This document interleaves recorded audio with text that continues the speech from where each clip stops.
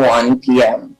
This meeting will be conducted in accordance with State of California Executive Order N29-20, dated March 17th, 2020, and State of California Executive Order N-08-21, dated June 11th, 2021.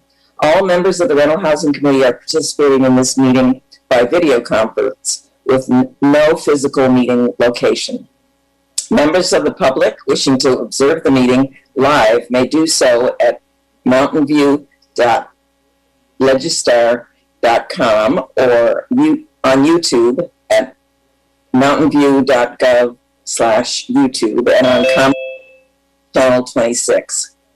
As noted on the meeting agenda, members of the public may provide oral public comments during the public comment period for an item by signing up at mountainview.gov/RHC_speakers or by phone by dialing 669-900-9128 and entering webinar ID 937-7306-8363.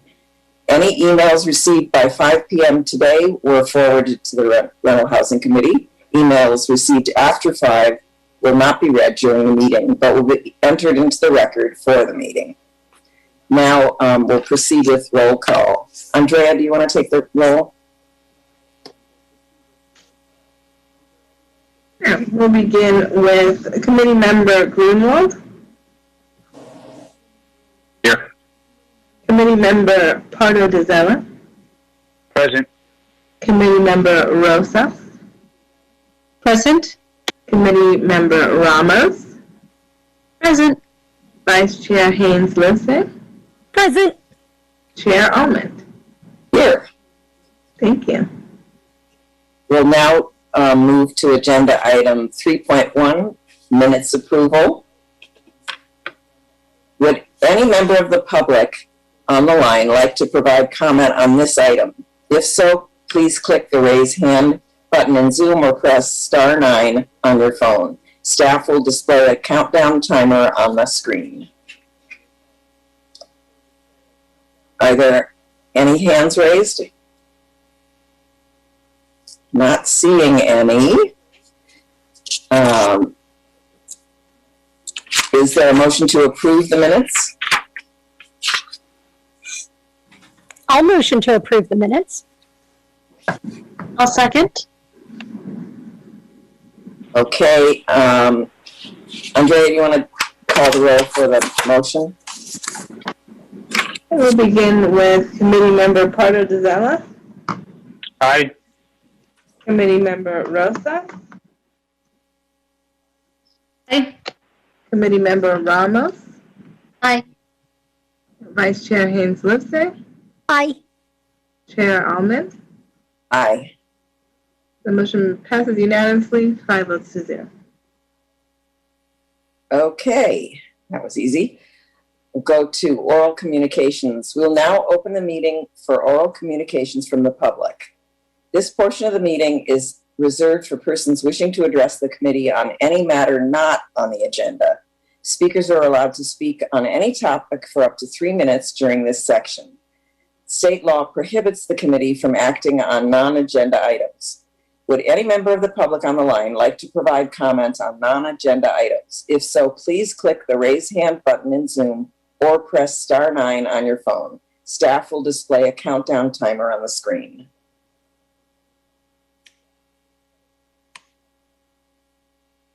I don't see any hands raised. Do you, Andrea? One hand raised by Mr. Goldstein. Okay. Mr. Goldstein, go ahead. Thank you for giving me your attention. I just wanted to make a point regarding the current news in Florida with regards to that condo collapse. At this point in time, I'm involved with another issue that is very similar to that scenario. And what I'm thinking about is that currently at this point in time, there simply is no proactive work being done regarding safety of apartment buildings and or rentals in the city of Mountain View. And so what I'm suspecting is that there is probably a wide range of issues regarding structural safety of the current stock of apartments here. And at this point in time, I'm simply saying it may be very important to actually hire an independent maintenance inspection company for the RHC to provide proactive inspections of all the apartments, so that, one, it could be used as evidence to support that the apartments are being properly maintained, so that any rent reductions petitions could be in effect nullified because there would be evidence to prove that there was good maintenance. Or two, it could be a case of this, it could end up being evidence to show that maintenance has not been performed in apartments. And at that point, then it would in effect also be able to be used to communicate to the tenants of those apartments to say, hey, we have discovered this issue here, and you should be notified of it because it's an issue of your safety. And so all I'm saying is, at this point in time, I think it would be a good idea for the RHC to actually hire out an independent auditor, so that all the rental units are in fact being maintained properly, and thus also proactively giving landlords the information necessary to get their buildings up to proper code or up to standard, so that they can, in effect, defend themselves from rent reduction petitions, which in this case, they are, I think, very vulnerable at this point in time. I have sent a example video of some information that I've been able to provide, and I'm thinking that it's not a isolated incident. And I think with the issue of the Florida condo complex collapsing and similar problems that can be detected here, I say at this point in time, it's very, very important to get that underway, so that we can avoid a likely similar situation here. Thank you very much. Thank you, Mr. Goldstein. Are there any other raised hands? There are no other raised hands. Yeah, I don't see any either. Okay, then we're going to move to item 6.1. And bear with me, I have a lot to read here. The Rental Housing Committee, in hearing the appeal, is acting in a quasi-judicial fashion and will conduct the hearing in accordance with these standards. This hearing is being held pursuant to Section 1711J of the CSFRA and Chapter 5, Section H of the regulations adopted by the RHC. In accordance with Section 1711 of the CSFRA, any party to a petition who disagrees with the hearing officer's decision may appeal to the full RHC for review. In this case, the petitioner, Ananda Church of Self-Realization of Palo Alto, filed for a downward adjustment of rent, and the respondent, the property owner, submitted an appeal. Accordingly, the property owner is referred to as the respondent and will present first. The hearing will be conducted in accordance with the procedures set forth in Chapter 5 of the regulations. The RHC will first take comments from any member of the public who is not a party to the petition who wishes to speak on the matter. Comments are limited to 3 minutes. Staff will provide a report to the RHC regarding the appeal and tentative appeal decision. The respondent will be given 10 minutes uninterrupted to make a presentation and arguments. After the respondent has completed their presentation, the petitioner will be given 10 minutes uninterrupted to make a presentation and arguments. If there is more than one petitioner that wishes to address the RHC, the petitioners collectively must determine how to allocate their 10 minutes amongst themselves. Upon conclusion of both the presentations, each party will be given up to 5 minutes for a rebuttal, with the respondent presenting rebuttal first. Upon conclusion of the party's rebuttal, the RHC members will be given a chance to ask questions of staff first, and then of the respondent and the petitioner.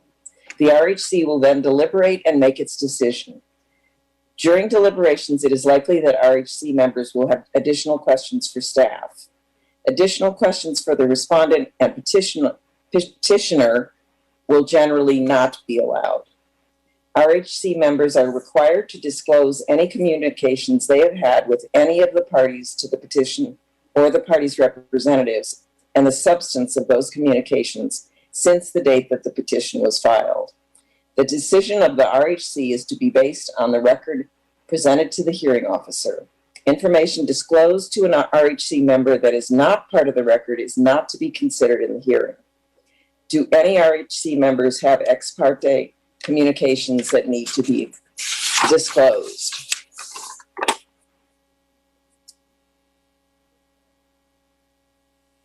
Okay, I'm not hearing or seeing anybody, so I'm going to go on. We'll now proceed with the hearing. Are there any members of the public who are not parties to the petition who would like to speak?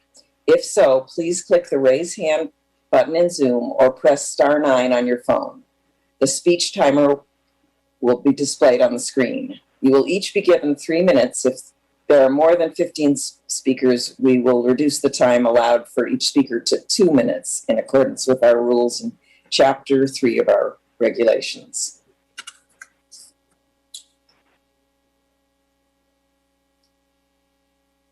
Are there any members of the public that want to speak? I'm not seeing any raised hands. Andrea, did you see any? I do not see any. Okay. So now it is time for our staff presentation. And I believe that's Karen? Yes. So good evening, everyone.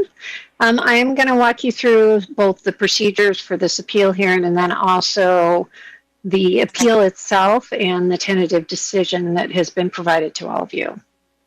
So, as I said, we're first going to go through the process. We're going to also go through the schedule. This has been a lengthy procedural matter, so we want to make sure that everybody's aware of the procedures.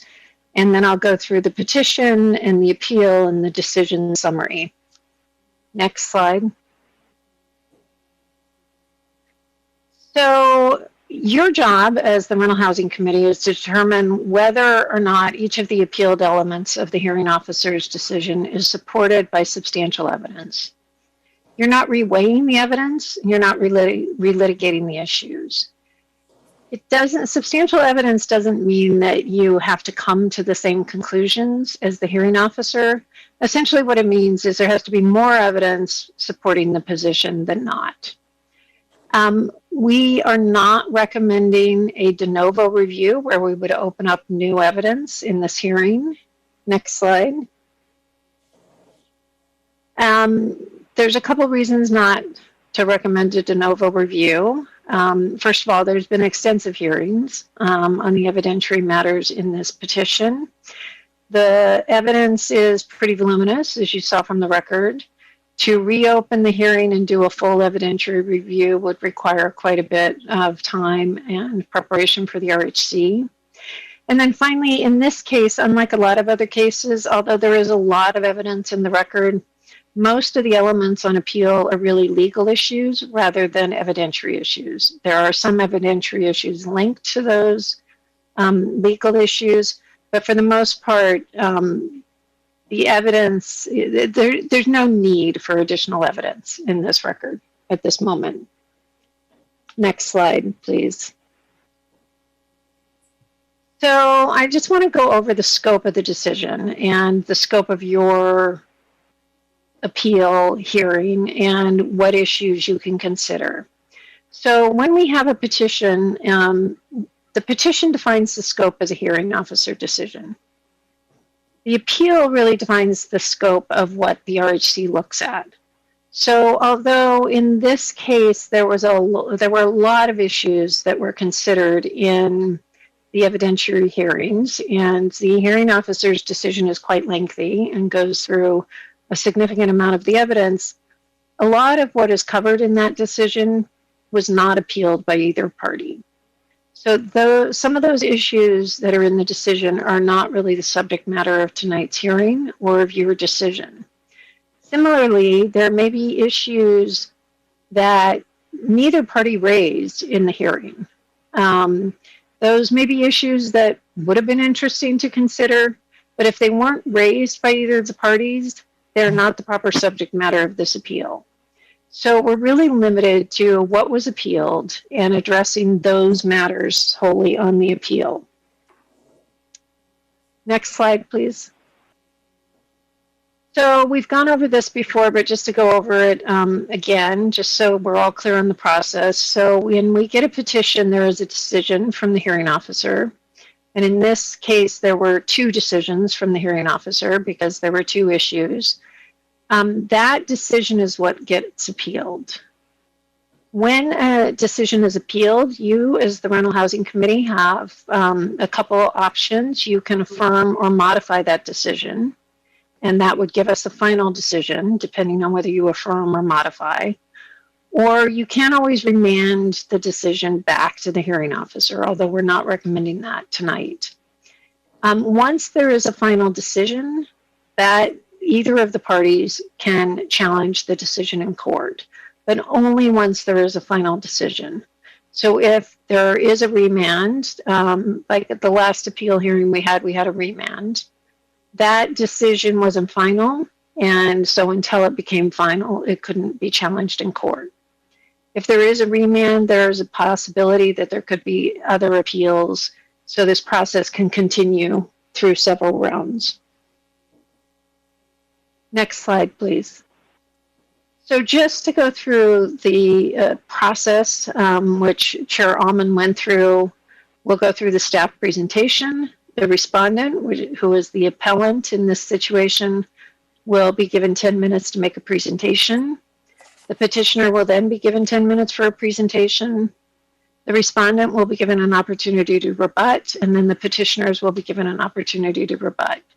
We'll then have questions. We will try to break them into questions for staff, questions for the respondent, and questions for the petitioner, and then we'll move into deliberations.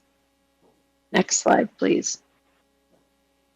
So as I mentioned, this has been a fairly lengthy hearing process. The petition was originally filed in August. There was a pre-hearing telephone conference held in October. At that pre-hearing telephone conference, it became clear that there were some questions as to the application of the CSFRA to this petition and to the parties' relationship.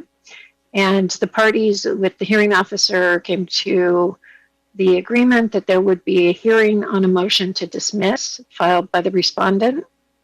That hearing was held on November 20th. The hearing officer issued a decision on the motion to dismiss on December 7th. So then there was another pre-hearing telephone conference held on December 23rd to discuss the evidentiary hearings. An evidentiary hearing was opened on January 28th. Both parties presented their evidence. It was a lengthy hearing.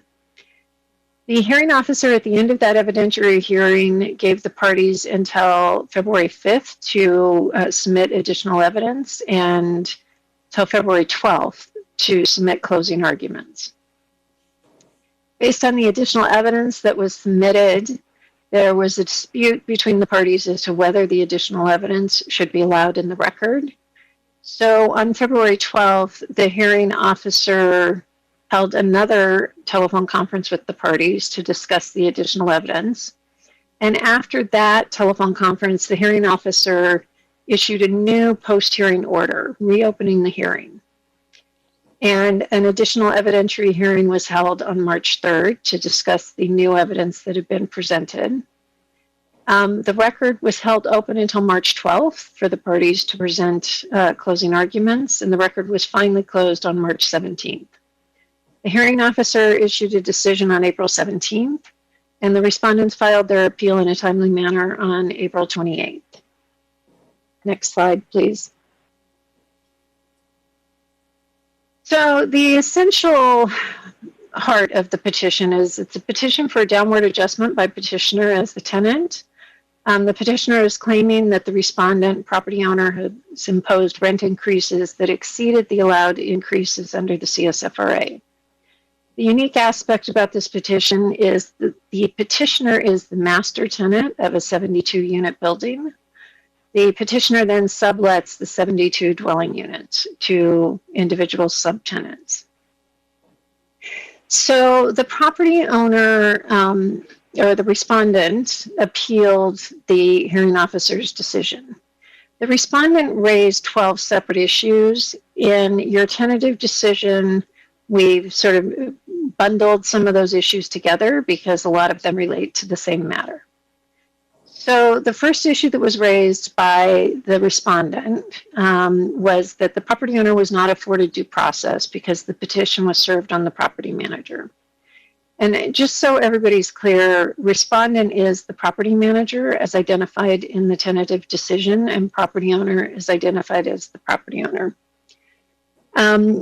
The master lease calls for all notices to go to the property manager, the respondent, and which is where the petition was served. The property manager is also the manager for the tenancy in common that owns the property and acts as their agent. So for the reasons that were set forth both in the hearing officer's decision and in the tentative decision that you have before you, we are recommending that you deny this part of the appeal. Next slide, please. So the next part of the appeal in the tentative decision deals with really the significant part of the decisions and the issue that was the subject of the motion to dismiss. And that issue is, does the CSFRA actually apply to this relationship between the respondent and the petitioner? So the relationship between the property owners and the master tenant. The respondent argues that the CSFRA doesn't apply for a variety of reasons, including that the property is not a rental unit, the master lease doesn't call for the payment of rent, the master lease isn't a rental housing agreement, the petitioner is not a tenant, the property owner and the respondents are not landlords, and the property owner and the respondents do not provide housing services. All of these terms that are used in the appeal are based on the defined terms in the CSFRA. So the hearing officer in the December decision really addressed this issue very ably and thoroughly and went through the defined terms in the CSFRA as well as the purposes and the intent of the CSFRA to determine that the property is subject to the CSFRA and that the master lease is subject to the CSFRA.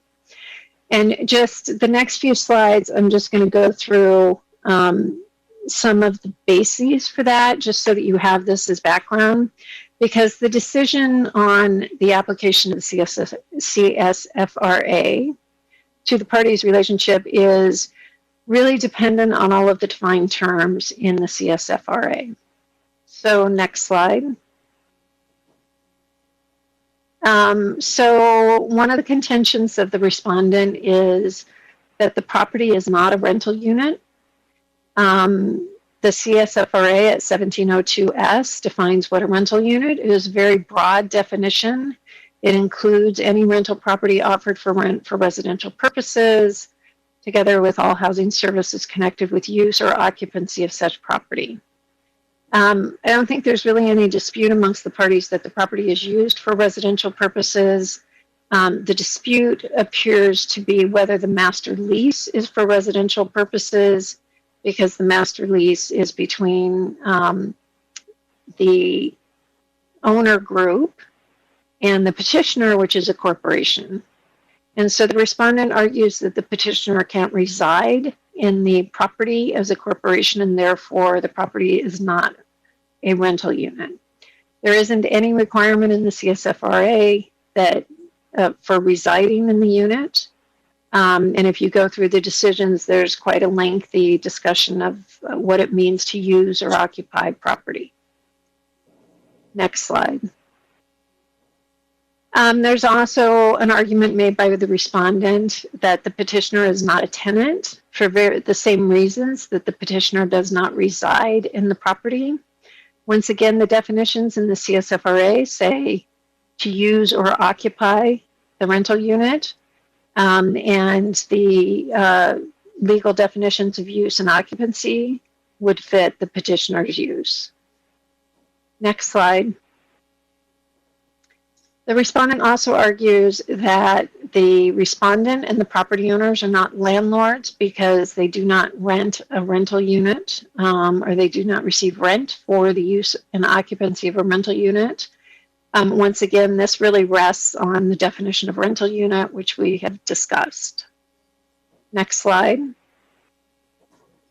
The respondent argues that the master lease is not a rental housing agreement. Once again, the argument really rests on the argument that petitioner doesn't reside in the property. This definition doesn't require that. It requires use or occupancy. Next slide. So for the reasons we just discussed, the finding in the tentative is that the property in the master lease is subject to the CSFRA. One of the other arguments the respondent makes is the petitioner can't be a tenant as defined in the CSFRA because the petitioner has a legal and equitable interest in the property. This is a bit of a challenging argument in terms of all of the evidence. The property is owned by a tenancy in common. There are different entities that own a portion of the property as a tenant in common. There is some evidence in the record introduced by the respondent primarily that the church has an ownership interest in some of those entities. But even the respondent acknowledges that at best the church's interest is a 6.5% interest in the property when you break it down and work your way through the various entities that own parts of the property. So the church doesn't have a controlling interest in any way in the property. And additionally, the CSFRA doesn't really say that a tenant can't have any legal or equitable interest in the property. That does not comport with the definition of tenant. And it is clear if the petitioner had a controlling interest in the property owner, we wouldn't presumably be having this hearing today. Next slide. The respondent has also argued that the petitioner has waived or is stopped from requesting a rent reduction. Their waiver and estoppel arguments seem to be based on a theory that the petitioner should have informed the property owner or respondent that the rent increases were illegal, and therefore, and because they didn't, they have waived their rights.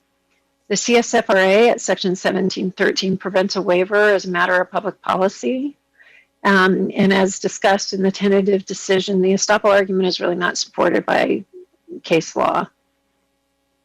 Next is, so there was an issue in the hearing officer's decision from April about whether respondent was obligated to register the property. And if they didn't register the property, did that put them out of compliance with the CSFRA and make some of their rent increases unlawful? And the hearing officer went through this issue. As you are well aware, the registration requirement did not become mandatory until March of 2021. So all of the rent increases that are addressed in the hearing officer's decision predate that. So whether the respondent registered the property or not did not have an impact on the ultimate decision. But the hearing officer did find that the respondent is a landlord, as we've discussed earlier, and that the registration requirements in Chapter 11 require landlords to register their covered rental units. As we've discussed, the property meets that definition. The hearing officer also discussed the purposes of registration, which are in part to communicate with the landlord. So although the property is already registered by the petitioner, there was a finding that the landlord also needs to register for purposes of allowing the rental housing committee staff to communicate with the landlord. Next slide. Respondent has also argued that they are entitled to the one-time 2.6% bankable rent increase that the RHC approved in 2018. Their argument is that they are entitled to the bankable rent increase because respondent was in substantial compliance with the CSFRA. However, the resolution that approved that bankable rent increase had very specific criteria that for landlords to be allowed to take advantage of that rent increase. And one of the criteria was that no rent increase could have been imposed between October 19th, 2015 and December 23rd, 2016. Neither of the parties dispute that there was a rent increase imposed in September 1st, 2016, and that therefore makes the property ineligible for the 2.6% bankable rent increase. And then finally, the respondent argues that they're entitled to claim a rent increase to offset the rent refund and reduction. Their argument is based on a couple premises. One, that the rent reduction and refund will cause them to be unable to maintain a fair return on their property, that they are entitled to a vega adjustment because they've kept the rents unreasonably low. But respondent hasn't provided any evidence to that effect, and respondent has not filed a petition for an upward adjustment, which would be the proper procedure. So there is really no evidence to support this in the record, and we would need a petition for an upward adjustment. Next slide. You did receive from the respondent a response to the tentative decision. The response essentially is that the application of the CSFRA to this relationship doesn't further the purposes of the CSFRA. They also raise the argument again that petitioner is not a tenant, and then also that petitioner's subtenants would not be impacted by a termination of the master lease. Next slide. So your options for tonight that we would recommend are either to accept the tentative decision as written, or if you want to modify the tentative decision, you need to help provide us with specific findings backed by the evidence in the record to support any modifications. We're not recommending remand, although that is an option. But as I said before, this has been a lengthy hearing process. Both parties have had ample opportunity to present evidence. The evidence was carefully weighed, and for the most part, it's not an evidentiary issue that we are addressing tonight. So that concludes the staff presentation. And I think we now go to the respondent's presentation.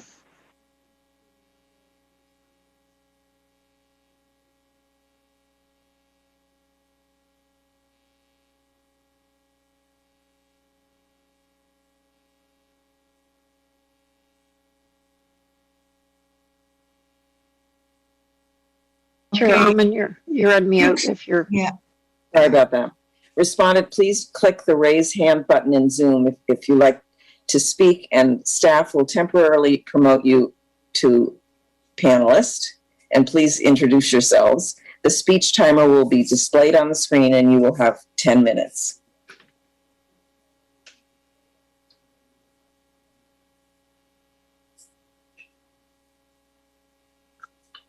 Good evening, honorable members of the committee. I'd like to address the tentative ruling on the appeal in the order of the issues in which they were raised. The first is the due process issue. The tentative decision focuses on the service issue, that there was due process because Enlightened Investment, Inc. was the agent for owners and it was served, and therefore the owners had notice that this petition was going on. Respectfully, the tentative decision misses the point. The purpose of the due process provision is to prevent arbitrary adjudicated procedures. It's to give notice to the individuals of whom the claims are against, what claims are against them, and what the consequences are for those claims. As the Honorable Ms. Allman stated earlier, the property owner is the respondent. However, uniquely, the property owners are not named in the petition. The property owners are not named in the order after hearing, and the property owners are not named in the tentative decision. Enlightened Investment, Inc. is. And so it raises the question of, without being named, how do the owners know what claims are against them? What happens if tomorrow the owners were to go out and terminate Enlightened Investment, Inc. as their property manager? Does the award have any effect against them? How would they possibly know if they're not named as the party to whom the claim is against? The second issue that I would like to address is the application of the CSFRA. The purpose of the CSFRA is to promote neighborhood stability and affordability of renters for controlling excessive rent increases and arbitrary evictions. It was implemented to address a specific goal, which was the growing growth and affordability gap between incomes and rents, and address rent increases that resulted in homelessness. The purpose and the reason it was implemented in the goal have no bearing whatsoever on this case. Ananda Palo Alto is a corporation, not a person. It negotiated with the owners as part of a arm's length transaction to obtain the revised master lease for which it makes money. It makes money that it can then funnel to its own corporate goods. And it raises the question of how far do we go on this? What happens if Ananda Palo Alto created Ananda Palo Alto 1, whose sole purpose was to act as another middleman through which tax write-offs could be done? Are they subject to the CSFRA? Does holding them subject to the CSFRA promote in any way its goals? It does not. What I want to focus on is that if the master lease is not deemed subject to the CSFRA, it has no impact on the actual occupants of the units. All that it does is means that Ananda Palo Alto makes less money. I noted in the tentative there was a concern that if the CSFRA were not applied to the revised master lease, then the unit or the property owners could increase the rent on Ananda to such a level that Ananda would have to quit the lease. And as a result, it would displace the 72 individual unit owners. Well, that's simply not true. California law is very clear that if you take over for a lease or if you take over the property, that would be the situation here, then it would be the owners who would step into the shoes of Ananda. And the individual unit owners would have the same rights under the lease they had with Ananda and would have the same protections of the CSFRA. In other words, the owners would be the successors of any leases that Ananda Palo Alto had with the individual unit owners. So again, not to labor the point too much, but the relationship that Ananda Palo Alto has with the co-owners is not one in which the CSFRA should be applied. This was a separate agreement that was made so that Ananda Palo Alto could act as a middleman and obtain money for its own purposes. The next issue I'd like to touch upon is the Estoppel issue. And the tentative decision noted that the Estoppel issue only applies in cases of statute of limitations. Well, respectfully, that's just wrong as a matter of law. The doctrine of equitable estoppel applies in a whole bevy of cases.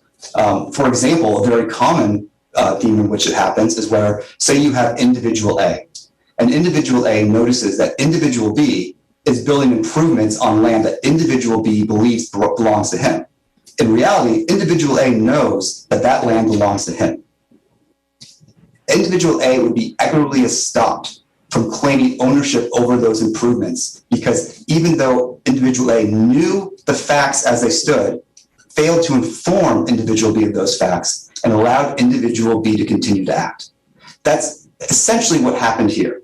It is uncontroverted that Ananda Palo Alto understood and knew that the CSFRA was in existence at the time it was negotiating these leases with the owners. And I know there's this semblance, this idea that the owners dictated what the lease agreement amount would be. But in fact, the evidence showed there was quite a bit of back and forth. This was something that was negotiated. And they did this despite knowing that the CSFRA was in existence and never said anything. And then several years later, suddenly claim application of the CSFRA, which has damaged our client because our clients obviously did not hold up the reserve of funds that they needed in order to deal with this issue. They planned their finances and moving forward based on what the rent increases were for that year, as most businesses do. Next issue I would like to discuss is the issue of registration. And again, this goes back to the purpose of the CSFRA, which is to enable the city of Mountain View to measure the growth of the affordability gap between income and rent and ensure that rental prices are not going to such a high level that they're causing evictions and homelessness. Obviously, Ananda Palo Alto should register the property under the CSFRA for the individual owners because that directly furthers the purpose of the CSFRA. But having the owners register the property with the CSFRA so that the city now knows how much money Ananda Palo Alto is making doesn't further or promote the goal of the CSFRA in any way, shape, or form. And again, the property is registered, and there's no indication or no statement within the CSFRA that any property needs to be registered twice. And finally, I'd like to touch on the issue of the upward rent petition adjustment that was raised. There's the argument that it's not procedurally proper because we had to bring a separate petition, or the owners had to bring a separate petition. As an initial matter, that is contrary to standard concepts of civil litigation and the law, and that if someone brings a claim against you, you are entitled as affirmative defense to assert all counterclaims that you may have. In fact, you are often required to do so. So when they brought this claim against, when Ananda brought this claim against the owners, they were entitled to state, hold on a second, if you bring this claim against us, you are seeking a rent reduction, which will deprive us of the ability of a fair market return. And the extent that we should have brought a petition, or the owner should have brought a petition for upward adjustment, how could they have done that until there actually was an order that reduced their rental income? Until that point, there was no need for an upward rental petition. And to the extent that there is not a record of this, I mean, part of that, respectfully, was because every time that we discussed or tried to raise this topic, we were told that it was an improper form to do so. The evidence is uncontroverted that when Ananda Palo Alto initially entered into the revised master lease, the amount of rent was for a depressed amount that did not match fair market value. And if you look at some of the documentary evidence, you have the October 2015 rent roll from Ananda Palo Alto itself, which shows that they were charging their tenants far more rent than the owners were charging Ananda Palo Alto. I would also note that while, again, it wasn't able to be brought up in testimony during the hearing, again, because it was deemed procedurally out of place, we did submit into the record, the owners did submit into the record their operating expenses and budgets for, I believe it was 2015, 2016, 2018, and I believe 2019. So those documentation is in the record. And again, the fact it's sort of a catch-22. On one hand, there's no reason for us to create a petition for upward adjustment until the order comes in. And on the other hand, we can't do that until that order comes in, and we're told that it's procedurally improper to try to raise that as a completely proper affirmative defense. And to require two different petitions, frankly, it's a waste of judicial resources. These are matters that should be heard together so that there can be a single decision that gets the job right. And with that, I'll submit.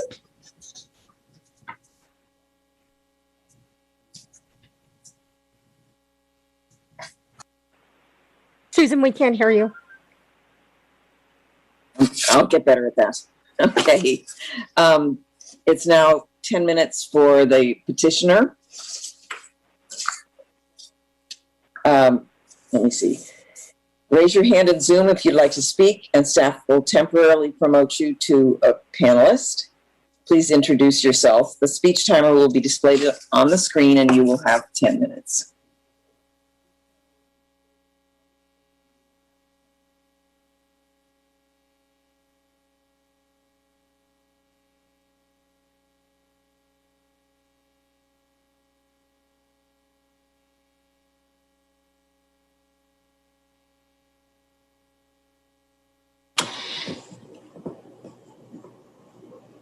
Good evening to the committee members and staff, council, and the parties themselves, of course, many representatives of which I understand are participating via Zoom. My name is Emily Charlie. I'm the attorney for the church, which is the original petitioner.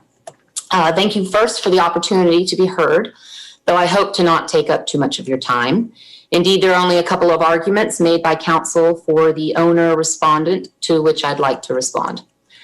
First, though, I believe that it bears noting that as one who is new to this matter, I had the benefit of reviewing the hearing officer's two decisions with a fresh eye.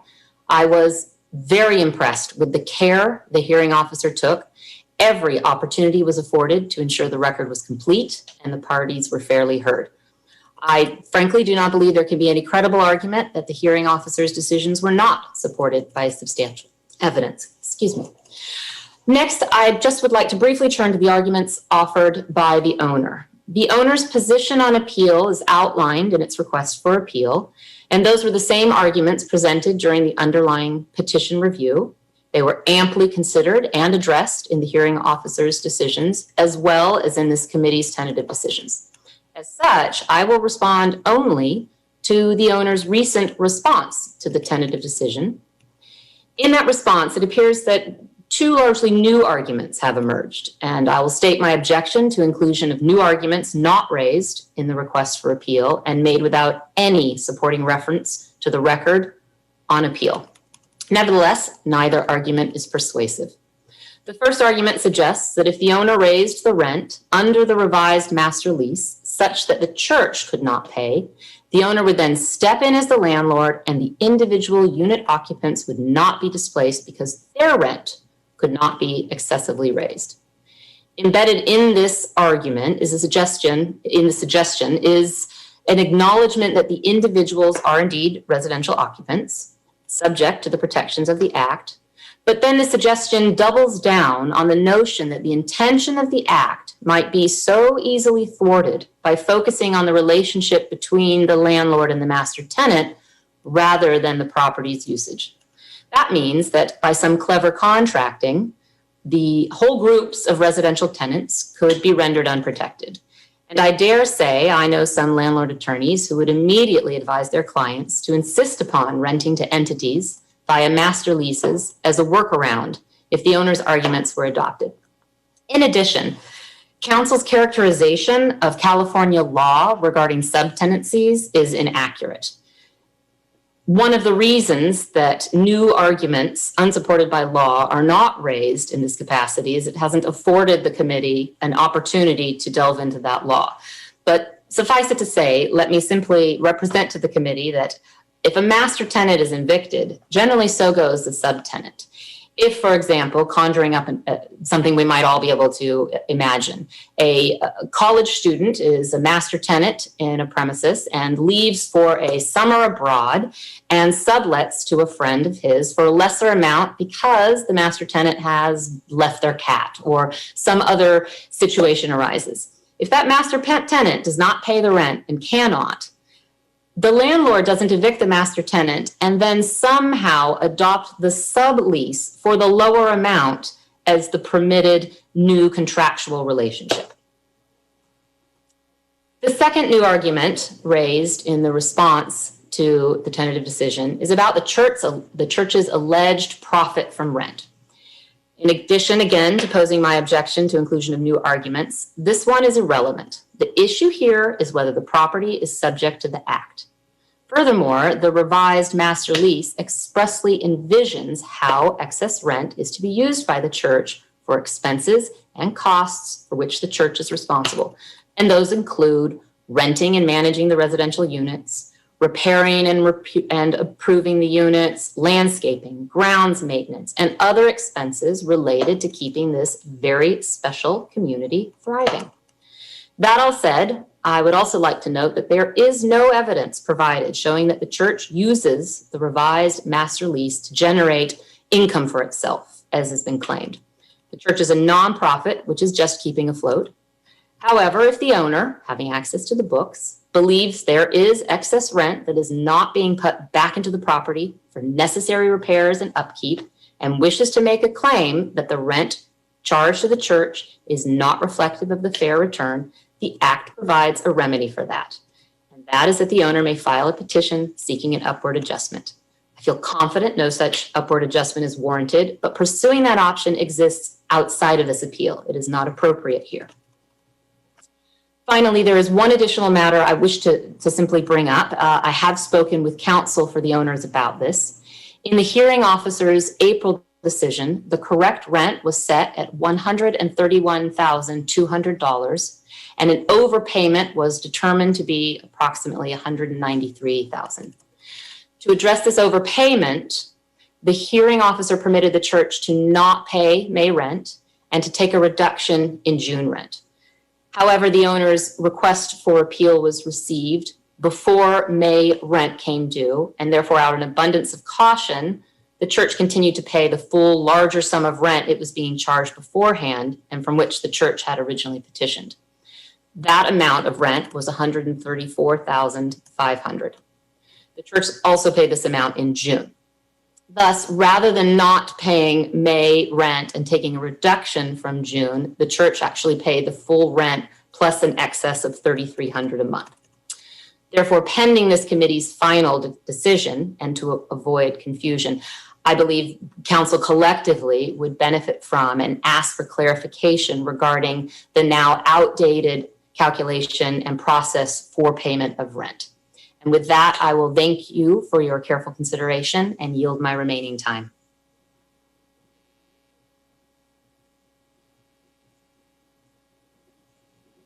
Chair Almond, you're muted.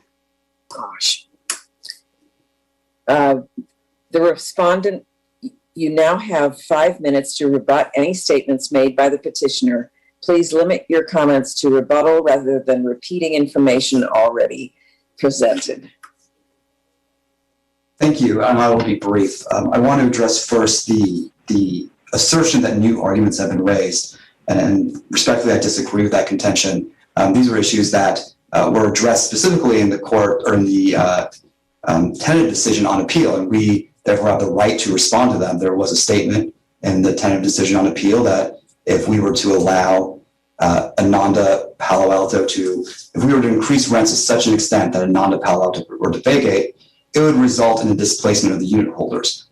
Our position is a direct response to that, and we actually submitted that in our supplemental brief on appeal to this tribunal, that would not be the result.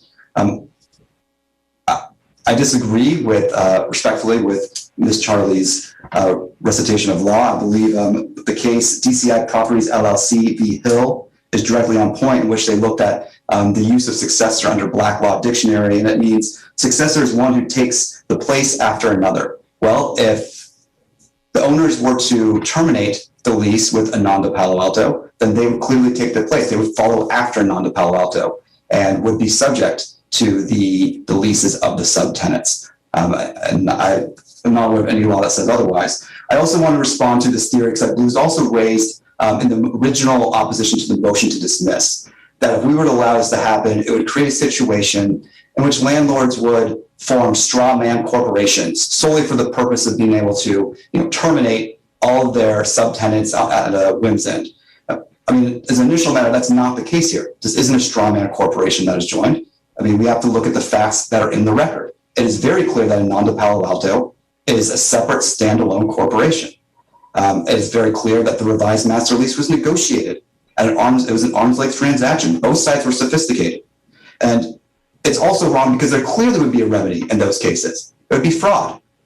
A court could find, and a court should find, that if a renter or a landlord created a strawman corporation solely for the purpose of being able to terminate its tenants without having to address or be under the CSFRA, which again, I don't believe would work under the terms of the CSFRA. But if that were to occur, that clearly would be fraud. And I believe that it would be appropriate for a tribunal in that case to find as such and state that you cannot do that. And with that, I'll yield the rest of my time. Thank you very much. The petitioner now has 5 minutes to rebut any statements made by the respondent. Please limit your comments to rebuttal rather than repeating information already presented. Thank you, Chair Almond. The church petitioner respectfully submits based upon the record and arguments appropriately before the committee.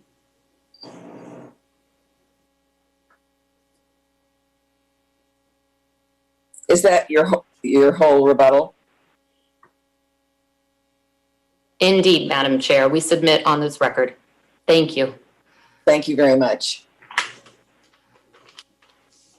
Okay, RHC members, do you have questions for staff?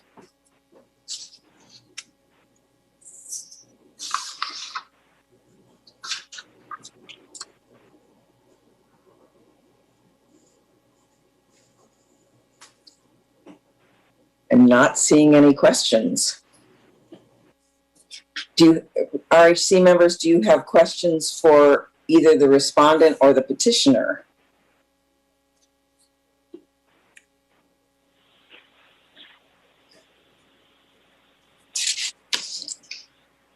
Committee member Pardo Dazella, sorry, I screwed up your name. Good evening. I have a question for petitioner's attorney, Ms. Charlie. My first question is why, if these units are clearly covered units under the CSFRA, why did the petitioner wait so many years before filing for a downward adjustment? Thank you for that question.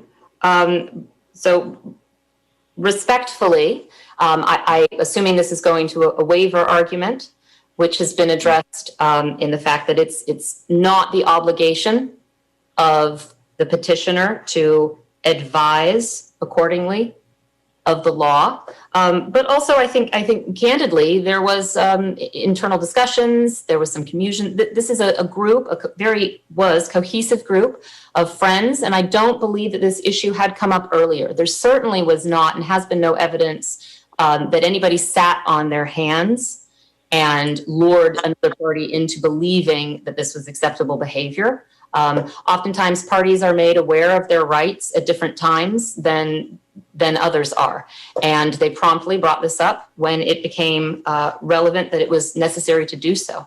And I hope that's answered your question. It might seem rather vague, but this has been a very long relationship. And I can simply represent that no one deliberately sat on their hands on this. Sure, okay. And then I guess there's a follow-up question on the issue of estoppel.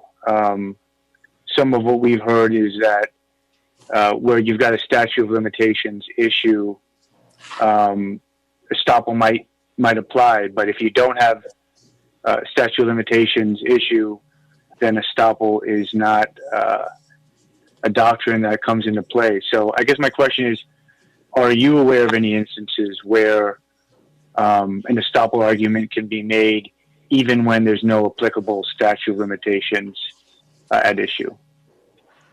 I like that question. I am, however, not a college professor on this one. I do believe, in fairness, outside of the equitable collateral estoppel, I do think I have seen it applied. Nothing comes directly to mind, and certainly not on the facts here. It's not appropriate. But any lawyer that is hoping to be honest would have a hard time saying that something has never happened. But it certainly is not applicable here, and you're accurate that it's linked to, under the facts here, a claim of statute of limitations which has not been made. Okay. And then I guess my final question is, if there were a downward adjustment made now, would there be any direct or immediate impact on the rents that would be paid by these 72 or so individuals? Are you asking if they would receive, if there would be a pass-through accommodating or providing them with reduced rent as well? Well, yeah, I guess in an ordinary circumstance or a typical situation that comes before us, it's very clear-cut where there's a downward adjustment and there's a dollar amount that very clearly is going to be set forth as to how much each individual's rent is going to be affected. And so I guess my question here, because I know the facts are a bit more complicated, let's just say that the hearing officer's a decision was affirmed. We affirmed it. How specifically, if at all, would that actually affect the people in these 72 units? So them, not the entity, but those people, because I think that's probably who we care about more than anything. So how are those people specifically going to be affected depending on what we decide tonight? Certainly. And thank you for that question and both the concern, because indeed that is also our concern. Those are the members of the church, most of them, many of them. So what will happen is, and it's actually a little bit of the converse, If the decision were not affirmed, very shortly, the church and therefore the subtenants would be priced out. So this is the stopping of that, less about a receiving extra funds from the overpayment in the past. But I have to note, this is over 4 acres of property, and there's a long list of obligations that the church has for maintenance and repair and other upkeep. And that money is to be used and is well used on the property. So this would be highly beneficial. But again, it's less about what a refund would do for the tenants living in the units, and more about if this didn't happen, if this decision weren't affirmed, they would be priced out and likely displaced because the church is unable to afford this extra increase of excessive rent. Okay. Thank you very much for that. I appreciate it. Certainly, and thank you so much for your questions. Are there other questions from the committee? Vice Chair Haynes-Lipsey, you're nodding your head. Do you have a question? I do. Mr. Marsh, you've mentioned several times in your arguments that this is an arm's length business arrangement. However, I do believe that the nonprofit 501c3 church entity actually has some level of ownership interest in here. Do they, to the best of your knowledge, have the ability to, under the TIC agreement, block the sale, release, or lease of the property, or do they not have that ability? Thank you for your question. That's a very good one. And unfortunately, I don't have the TIC agreement up in front of me. I know the way the TIC agreement was drafted, there was a lot of hand-holding and concern about ensuring the benefit, or not ensuring the benefit, but with Ananda Palo Alto in mind. And I believe many of the decisions had to be made unanimously. I do not know, however, whether to renew the lease each year, it required unanimous as opposed to majority consent. I believe it always was unanimous consent. And I can tell you, and the record will reflect that there were communications prior to submitting the rent increase amount for a vote to the owners between, it was Mr. Bonin, who acted as the property manager for Ananda Palo Alto, as well as Ms. Fisher, who was the property manager for the owners. And they did have a very good relationship with each other for the most part. And those discussions and the different rents that went back and forth, or ideas, were supported by rent surveys. They had ongoing communication about what would be appropriate. Thank you. Ms. Charlie, do you happen to know? I will join Mr. Marsh in confessing I do not. That is okay. My other question is, and Ms. Charlie, this is for you. Are all tenants, all of the subtenants, entitled to equal access to the property? Meaning this is about I believe you said about a 4.9 acre property. There's, as I recall, some community center or community gathering spaces, kitchens and the like on the property.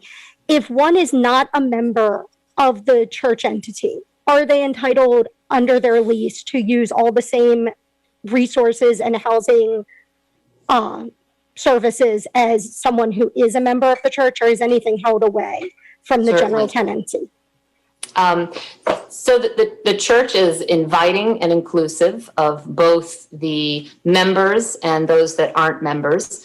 And in fact, those that aren't members but enjoy that community are, I think, highly embraced. So I asked that same question, and I know of no area that's blocked off to only members of the church. So there's playgrounds and beautiful grounds in general, and that are enjoyed by both members and non-members. Wonderful. Thank you.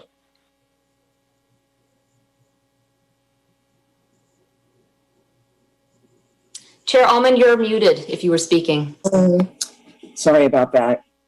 Are there any other questions from committee members? I have a question, but it might be for Karen, actually. In the situation, if this decision is affirmed and a downward adjustment is granted, and and it doesn't pass through to the tenants, the subtenants' rent directly. In the future, it sounds like there is maintenance that needs to be done on the property. In the future, if a subtenant believes that services have been reduced to a point that they would want a downward adjustment of rent, and they filed a petition, who would that petition go to? So that petition would go to the petitioner, because the petitioner controls the rents for the subtenant. Okay, thank you. And do you? I've gone through a lot of the record. I haven't watched all the videos. Could you summarize the evidence or commentary from the hearing officer regarding the intricacies of a subtenant versus a tenant versus the owner? Or if there was, or maybe I just don't say think what that there was a lot, actually. I'm trying to think of all the hearings. I'm sorry. My cats are really causing problems tonight. I'm just trying to think through to the 3 different hearings. I did review them all. I cannot remember any of this being discussed. I could be wrong, because it is a lengthy transcript, but I don't remember any specific discussion. And maybe a follow-up there, I guess. Do you feel there are provisions? I know that there's some limited wording in the CSFRA regarding the rights of tenants, subtenants under tenants. Based on what you heard, do you feel as though there was adequate discussion of those items in response to the property owners' arguments? Well, I mean, no, I think this is a new issue. There was not adequate discussion. The hearing officer raised this issue in her December decision of the impact of not finding the master-tenant relationship subject to the CSFRA, that it could jeopardize the subtenants. It was essentially somewhat repeated in the tentative decision as to the purposes of the CSFRA. But it was not addressed specifically in the appeal, and so the first time it was addressed was in response to the tentative decision. Thank you. Are there any other questions from any committee members? Okay, the RHC will now deliberate. It would be appropriate at this time to entertain a motion to adopt the tentative decision, after which such motion can be discussed by the RHC. And Chair Allman, can I interject? Yes. Because petitioner's representative did raise an issue, which I realized this afternoon in preparing for tonight, that the hearing officer's decision is very specific about the rent refunds for May and June. And according to the information we've received, and I assume that Mr. Marsh could verify that those refunds have not been taken, the tentative decision or the final decision does need to address reforming that part of the hearing officer's decision. If you were to accept the tentative decision, we do need to apply those refunds in July or August, or August, September. It's up to the RHC, but we do need to address that issue. Thank you for that. And I did, Mr. Marsh, can you just confirm that the rent refunds have not been taken? That is correct. As we filed this appeal, we continued to take the same amount of rents we did before. Okay, thank you. Okay. So now we can go ahead and deliberate. And it would be appropriate at this point to entertain a motion to adopt the tentative decision, after which we can discuss it. And a motion to approve should include reading the following items. To adopt the tentative decision to deny the appeal in its entirety and affirm in their entirety both the hearing officer's December decision and April decision. So we have options. First, is there any motion to go ahead and approve, after which we can discuss it? We can either take a motion to approve the entire tentative decision, or we can go through the items and decide which ones we would approve and which ones we want to deliberate on. I'm going to leave it open to the committee to respond.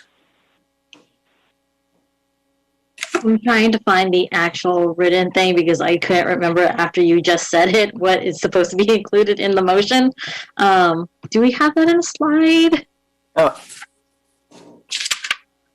We do not have that in a slide. I think your options are to make a motion to adopt the tentative decision, and I can provide you with language if you want to make that motion in terms of reforming the refund provisions of the hearing officer's decision, or you can make an alternative motion to modify the tentative decision and give us direction on how to modify. Okay, so I move to adopt the tentative appeal decision with modifications to include, this would be the time where I yell line. I think to include a revision to the hearing officer's order on the rent refund to require the rent refund to be implemented in the months of July and August in accordance with the hearing officer's order. Okay. So rather than May and June. All right, and that is my motion. Is there a second?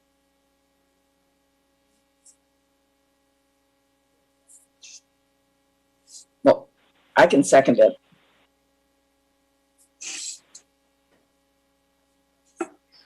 Okay, at this point, what I want to find out from the committee, do we have a consensus to move forward with the motion as it stands?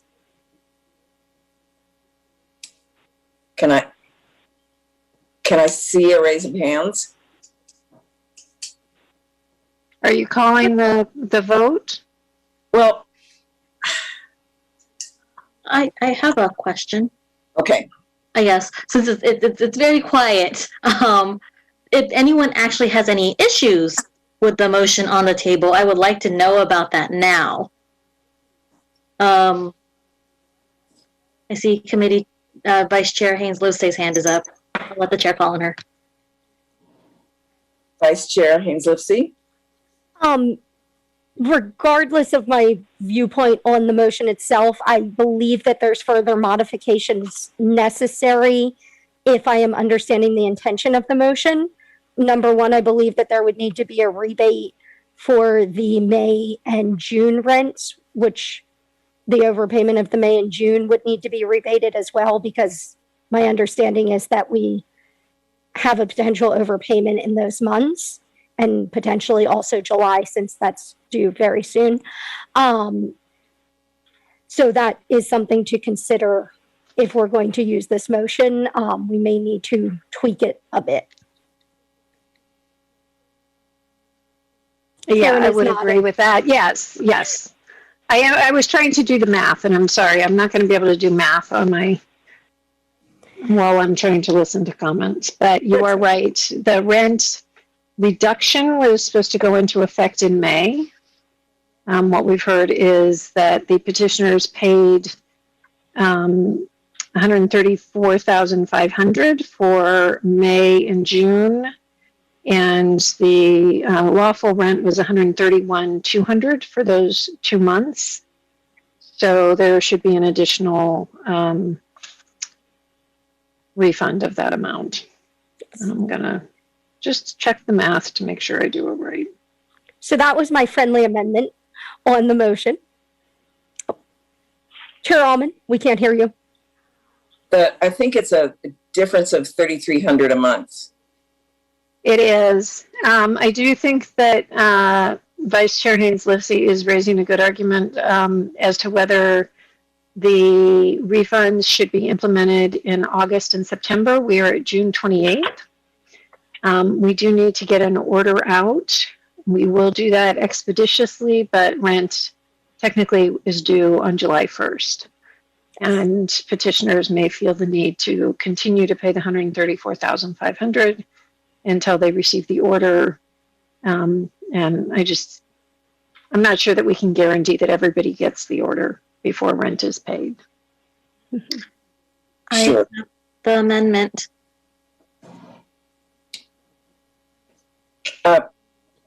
Committee Member Ramos, can you say that again?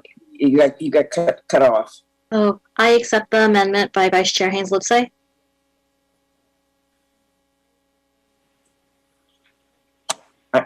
I second it. And then I have a secondary comment, but I wanted to get that one out of the way first. Okay.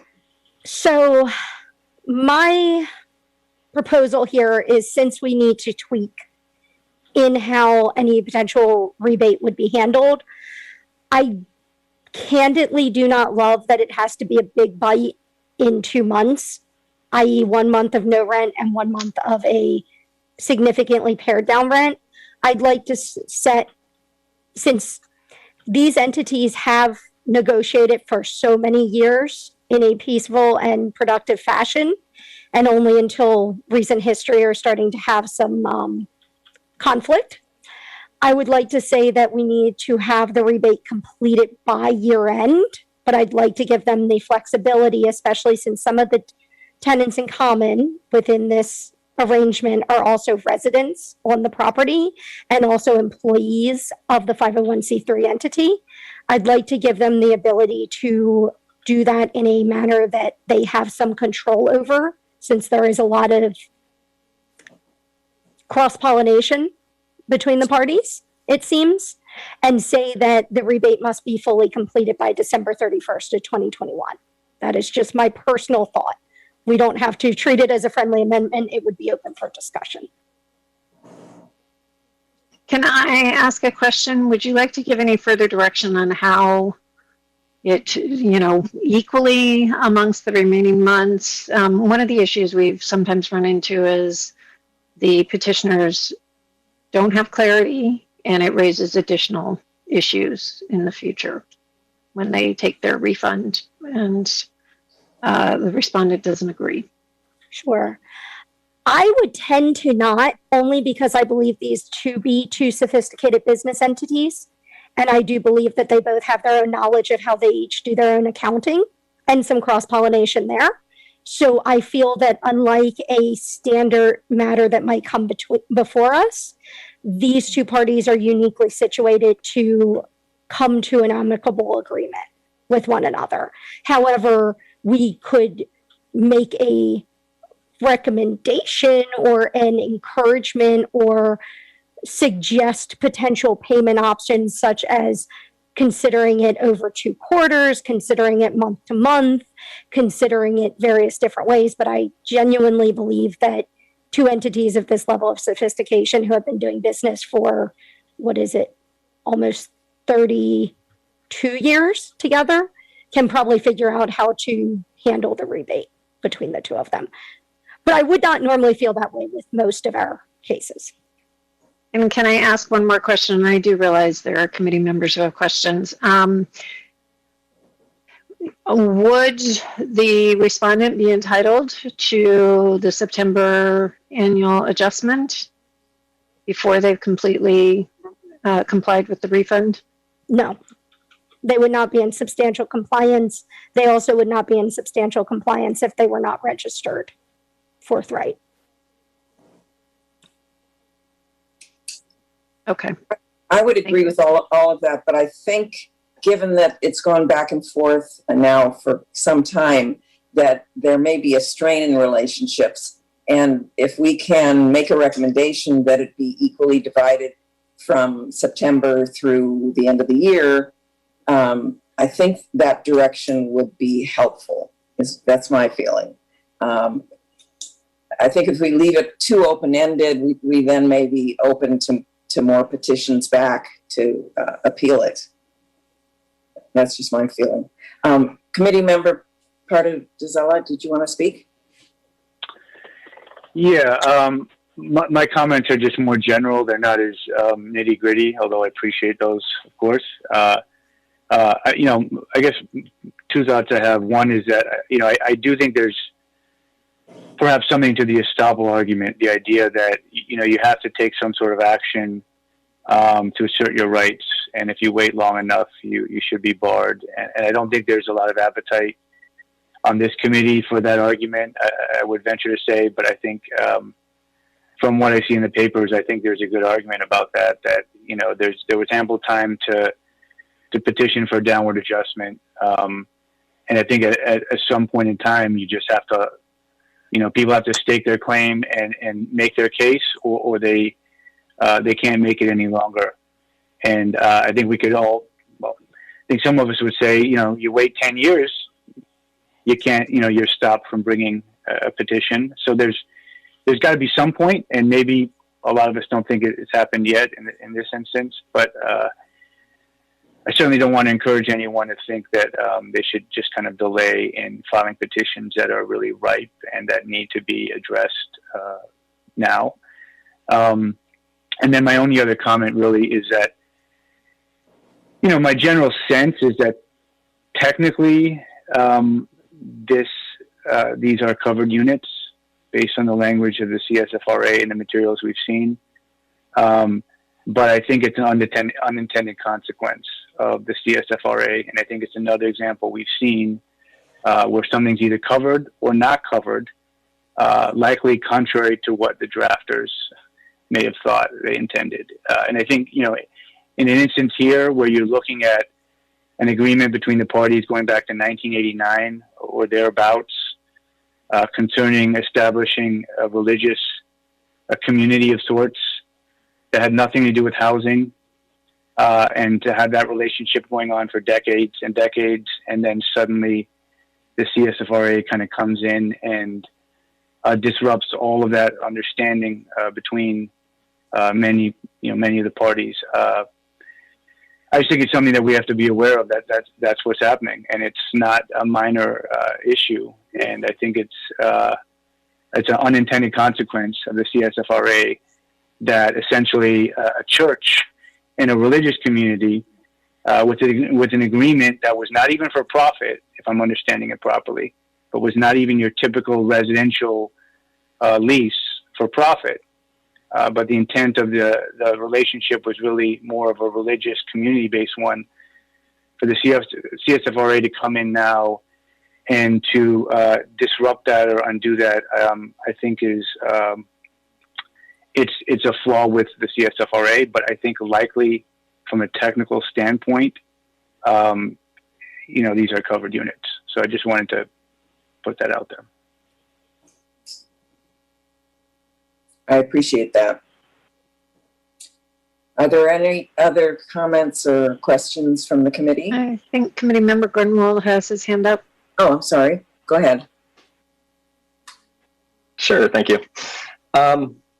Similar to Julian's point, I think I'm not sure, based off of all of the discussion that's been had and documented, whether the middleman argument is net new, and if it is, that whether or not we can debate that. But personally, I find it a pretty compelling argument. At least the rationalization that I read in the hearing officer's decision was based more on the fact that petitioner is a tenant because the definition of tenant is broad, and there's not language that excludes them from qualification as a tenant. I think what the property owner is saying, as I read the appeal, is making the argument that the petitioner is also potentially a landlord, And as Karen said, you know, a subtenant could then petition Ananda, the petitioner, who then becomes a landlord. And I think that that seems to be a tough precedent, right? That we could potentially have a middleman who can decide when to be a tenant and when to be a landlord, as opposed to going to, I believe the spirit of CSFR is to protect the subtenants, and then you have to have someone that they answer to who is the landlord. Again, I want to be cognizant of not bringing up new evidence, but as I read the appeal, that does speak, I think, to the heart of what the petition, the property owner is saying in the appeal, that Ananda is essentially a middleman. I'll leave it there, but it does seem to be a tough argument for me that someone is both a tenant and a landlord.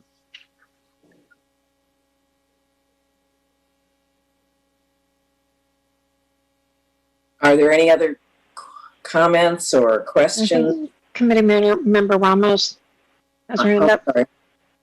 Yeah, so I raised my hand to wrap this all up.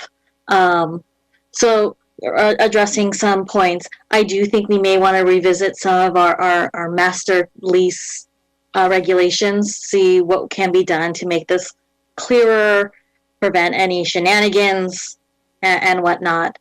So that upcoming work plan, possible items. Thanks, staff. We're always piling on work to you, and I'm really sorry about that.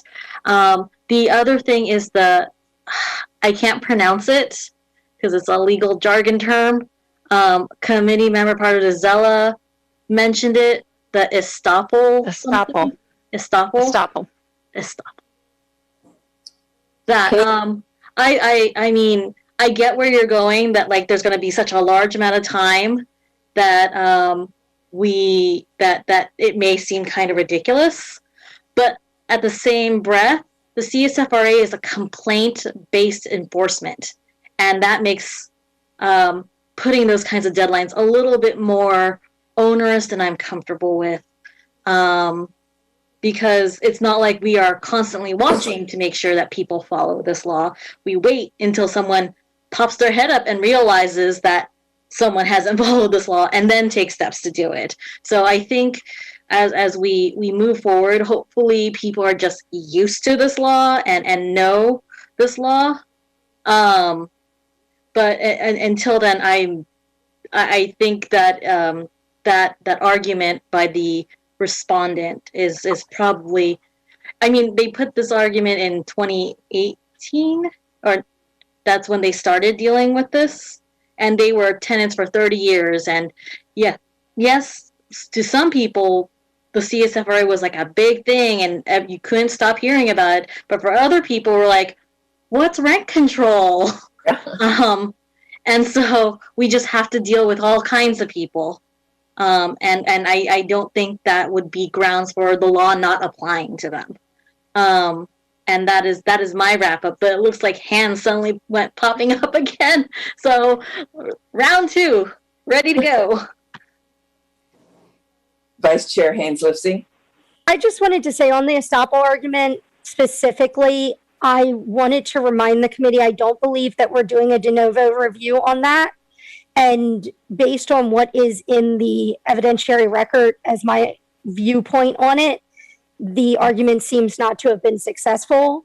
That is independent of my personal views on whether or not that argument could have been made successfully, but based on the evidentiary record, it seems that that argument was not supported with clear evidence to indicate that there was knowledge and concrete actions taken to trigger an Estoppel argument here based on what I reviewed. So I just wanted to say that. I'm not saying anything on the merit of the argument, but just on the evidentiary record. And I have a question.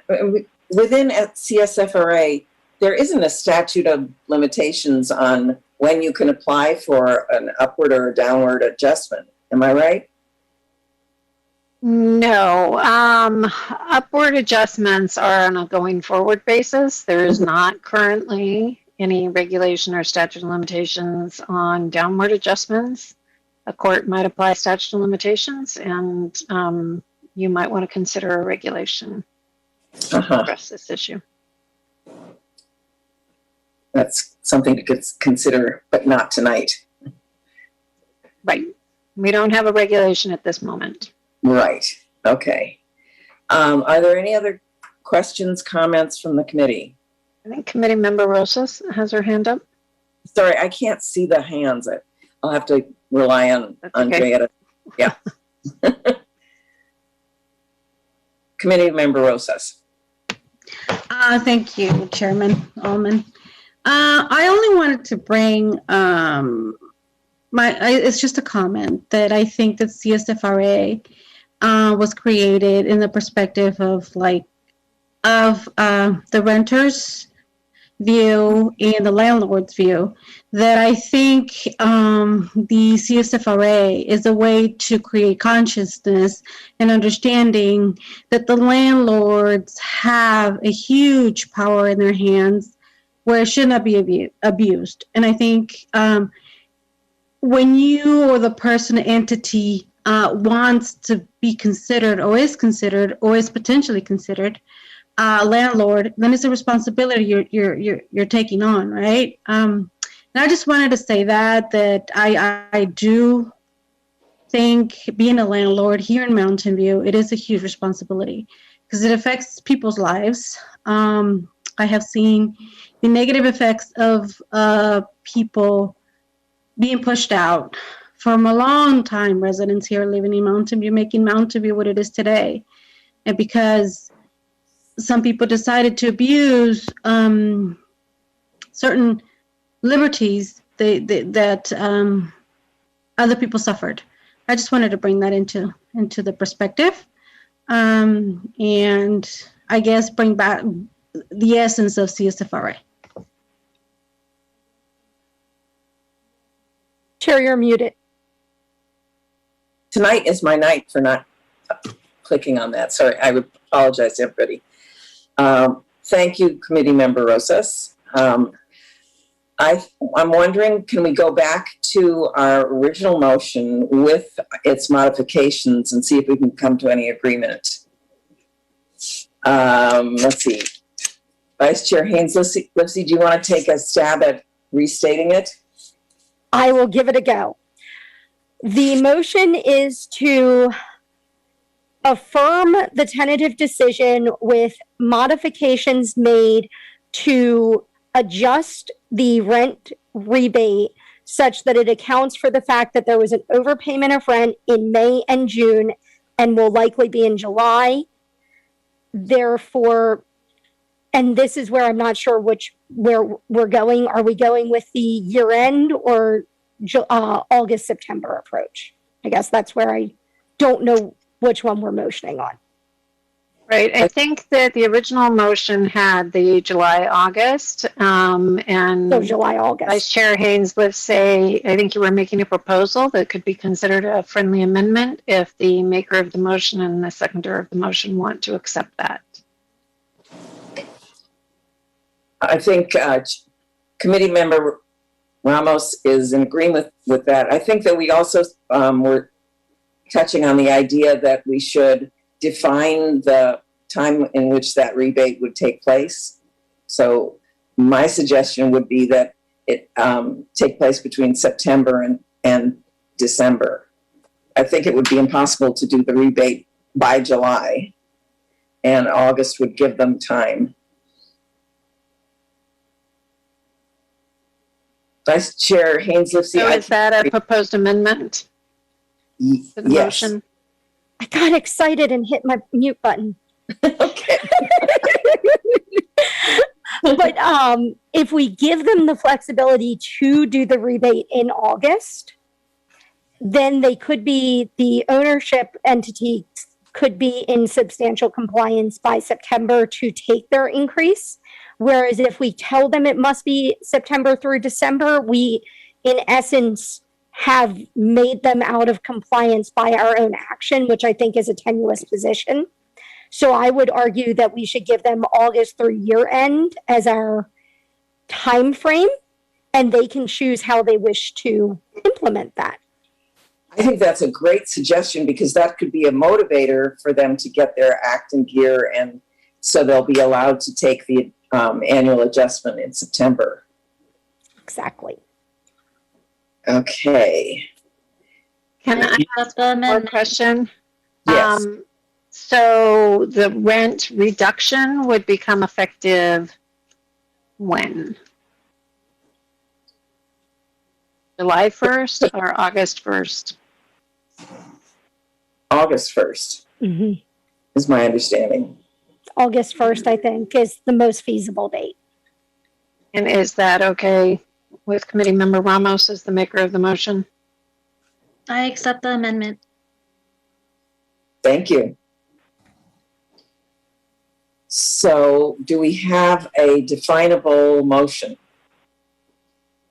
I can try to restate what I think the motion is, and if the maker and the seconder can affirm that I've got it right. So the motion is to affirm the tentative appeal decision in its entirety, but with the inclusion for adjustments to the hearing officer's decision to allow the parties to implement the rent rebate between August and December, and the parties can elect how to implement it, with the rent reduction to become effective August 1st, with changes to be made to reflect those rent, the additions to the rent refund that result from the delay in implementing it.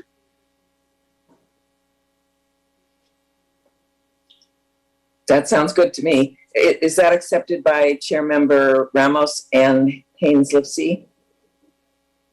Accepted. Accept it.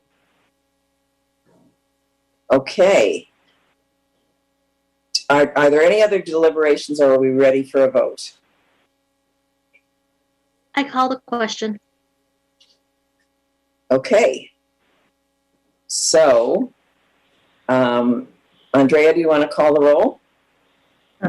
We'll begin with Committee Member Pardo DeZella, Aye. Committee Member Rosas, Aye. Committee Member Ramos, Aye. Vice Chair Haynes Lipsey, Aye. Chair Almond. Aye. Motion passes unanimously, 5 votes to 0. I just want to thank the committee as well as the presenters. This was a lot less painful than I thought it was going to be. And I really respect all of your opinions and your input, and we came up with, I think, what is a really workable solution. Let me see. And can I just add, I really, this was a very challenging case, and I just really want to commend the hearing officer, who I think did an admirable job of sorting through the evidence and writing clear decisions that have helped guide this. And I would like to thank you for your careful analysis and tentative decision that you came up with. It was a lot for all of us to absorb in the last week, and a lot of deliberations that went on, and I wasn't sure I could hold all the information in my brain, but somehow I think we came up with a good solution, and I really appreciate the staff's work on that. As far as I can tell, we are ready for adjournment, because I don't see anything else on my script. So, unbelievably, we can adjourn at 8:40 on June 28th. And our next meeting, I believe, is August 23rd. So everybody have a wonderful summer. Did Committee Member Ramos want to make an announcement? Well, I did want to bring up, in the last meeting, I asked about the whole conservice issue. And I know we obviously don't have an update today, but I'm still hearing about it. And I just learned recently when I looked up I found out recently, someone sent me information that the city of San Jose actually bans services like that. And so I would really like to see maybe something come up in future RHC meetings, added to the work plan. Like I said, I'm so sorry. I'm just adding piles onto you all, but it's not going away. I appreciate that. And I have that on my list from your notes from last meeting. All right. Thank you. Other than that, I'm good. Okay. Anybody else have a footnote? Otherwise, we're adjourned. Well, Miss Karen is talking, but I think she's muted. Oh, okay. Committee Member Rosas has her hand up. So I just wanted to add to Committee Member Ramos. I think the community is definitely being affected by the conservice. So I apologized to the staff for bringing more things to do, but I think this issue is hurting our community greatly. So if we can, get something done, would be great, and we would really, really appreciate it, staff. Thank you. I apologize for the extra work, just like Committee Member Ramos. And there were a couple of things that came up in our deliberations that I think we might want to address as well.